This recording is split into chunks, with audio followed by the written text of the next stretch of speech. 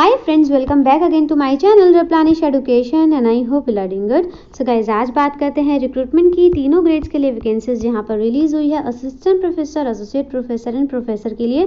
तो ये वैकेंसी है यहाँ पर सेंट्रल यूनिवर्सिटी से परमानेंट वैकेंसीज यहाँ पर रहने वाली है और परमानेंट वैकेंसी है तो 7 CPC के अकॉर्डिंग आपको सैलरी यहाँ पर मिलेगी।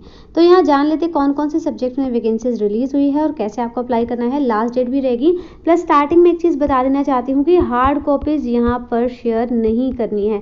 मोस्टली यूनिवर्सिटीज़ या कॉलेजेस में जो वैकेंसीज रिलीज होती है उसमें मेंशन होता है कि हार्ड कॉपी शेयर कर देना, बट यहाँ पर स्पेसिफाई किया हुआ है please do not send hard copies to the university address. So यहाँ पर सेंड नहीं करनी है। तो बात कर लेते हैं कहाँ से वैकेंसीज आई है और कौन कौन से सब्जेक्ट्स रहेंगे। तो यहाँ पर जान लेते हैं। सबसे फर्स्ट वैकेंसी है अप्लाइड एग्रीकल्चर में प्रोफेसर के लिए वैकेंसी है, ST के लिए यहाँ पर 1, और रिजर्वेशन का फायदा भी आपको मिलेगा क्योंकि आप यहाँ पर सेंट्रल यूनिवर्सिटी में अप्लाई कर रहे हैं। नेक्स्ट सब्जेक्ट रहेगा अप्लाइड एग्रीकल्चर में ही एग्री बिजनेस में असिस्टेंट प्रोफेसर के लिए 1 पोजीशन है।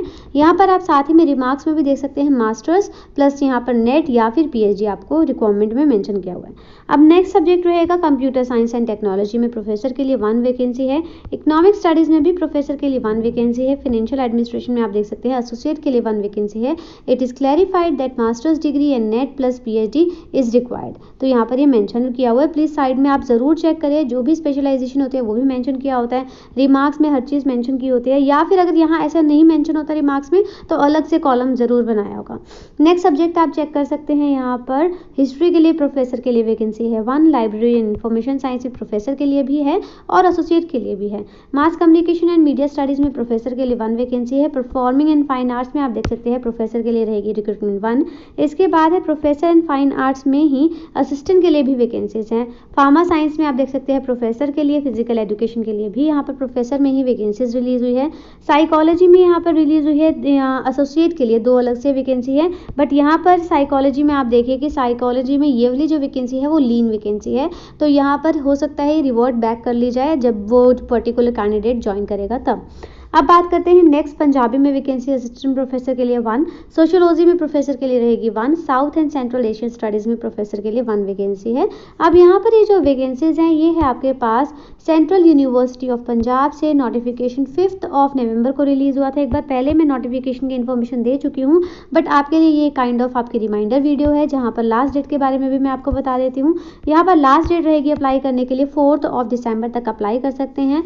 5 बजे तक का टाइम दिया हुआ है। साथ ही में आप यहाँ देखिए कि रेगुलर पोजीशंस है और यहाँ पर कुछ नॉन टीचिंग वैकेंसीज भी रिलीज हुई है। इस नोटिफिकेशन में नॉन टीचिंग नहीं है, इसमें सिर्फ टीचिंग के रिगार्डिंग ही मेंशन किया हुआ है। और यहाँ पर 4 स्टेप सिलेक्शन रहता है।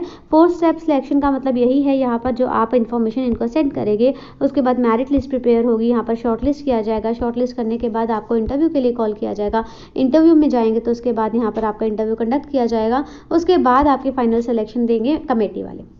तो यहाँ पर क्या चीज़ है, लास्ट डेट में आपको ऑलरेडी बता चुकी हूँ। यहाँ सेकंड पॉइंट में देखो मेंशन किया हुआ कि मेरिट बेसिस पर ही सिलेक्शन होगा, चाहे वो असिस्टेंट है, एसोसिएट है या फिर प्रोफेसर है। जो भी सिलेक्शन कमेटी होगी वही आपका ये सब चीज़ों को फॉलोअप करेगी, सब चीज़ें चेक करेगी और फाइनल सिलेक्शन जो होगा या फाइनल डिसीजन जो भी होगा वो उन्हीं के ही बेस पर होगा। वही आपका फाइनल सिलेक्शन जो डिसीजन देंगे यहाँ पर। इसके बाद बात करते हैं कि शॉर्ट लिस्टेड कैंडिडेट्स को यहाँ पर इंटरव्यू के लिए इंफॉर्मेशन मिल जाएगी। और एक और चीज़ यहाँ पर ये बताया है कि पोस्ट के थ्रू कोई भी इन्फॉर्मेशन सेंड नहीं की जाएगी, बट आपके पास जो भी इन्फॉर्मेशन होगी वो मेल के थ्रू आएगी। अगर कोई भी मेल का लॉस हो जाता है तो उसके लिए वो लोग रिस्पॉन्सिबल नहीं है। तो जब आप फॉर्म में मेंशन करें, साथ ही में जब आप अप्लाई करें तो वही मेल ID दे कि जो आपकी एक्टिव रहे हमेशा, जो भी आपका मोबाइल नंबर है वो एक्टिव रहे, ताकि कोई भी इन्फॉर्मेशन आएगी क्योंकि वो आपको मेल के थ्रू या फिर मैसेज के थ्रू ही कॉन्टैक्ट करेंगे। पोस्ट के थ्रू कोई भी इन्फॉर्मेशन आप सबको नहीं आने वाला। साथ ही में यहाँ पर university reserve the right to place reasonable limit on the total number of candidates to be called for interview. इसीलिए ही तो यहाँ पर मेरिट लिस्ट प्रिपेयर की जाएगी। अब मान लो एक पोजीशन है, एक पोजीशन के लिए यहाँ पर 100 कैंडिडेट्स ने अप्लाई कर दे तो 100 के 100 कैंडिडेट्स को नहीं बुलाया जाएगा, उसमें से कुछ लिमिटेड कैंडिडेट्स को ही बुलाया जाएगा। प्रेफरेंस ऑर्डर पर ही बुलाया जाएगा, मेरिट लिस्ट बेसिस पर ही यहाँ पर कैंडिडेट्स को कॉल किया जाएगा। तो आई होप ये चीज़ आपको क्लियर हो जाती है। अब यहाँ पर रिलैक्सेशन के बारे में बात बात करें तो रिलैक्सेशन जो होगी, जैसे आपको पता है सेंट्रल यूनिवर्सिटी है, तो जो हमारी गवर्नमेंट ऑफ इंडिया या यूजीसी के नॉर्म्स हैं उन्हीं को ही फॉलो करके यहाँ पर रिलैक्सेशन आपको मिलेगी। तो सेंट्रल यूनिवर्सिटी मिलेगा ज़रूर, बट जो क्राइटेरिया है वो सेंट्रल गवर्नमेंट की जो नॉर्म्स रहेंगी उसको फॉलो किया जाएगा। साथ ही में ओबीसी का जो डॉक्यूमेंट रहेगा, कुछ कैंडिडेट्स जो ओबीसी से बिलोंग करते हैं जो या फिर जो ईडब्ल्यूएस से बिलोंग करते हैं, उनका जो सर्टिफिकेट वहाँ पर वो अटैच करेंगे या जब at the time of interview लेके जाएंगे, वो इश्यू होना चाहिए 1/4 ऑफ 2024 से बाद, मतलब कि 1 अप्रैल के बाद वाला ही, इससे पहले वाला जो है वो अलाउ नहीं किया जाएगा।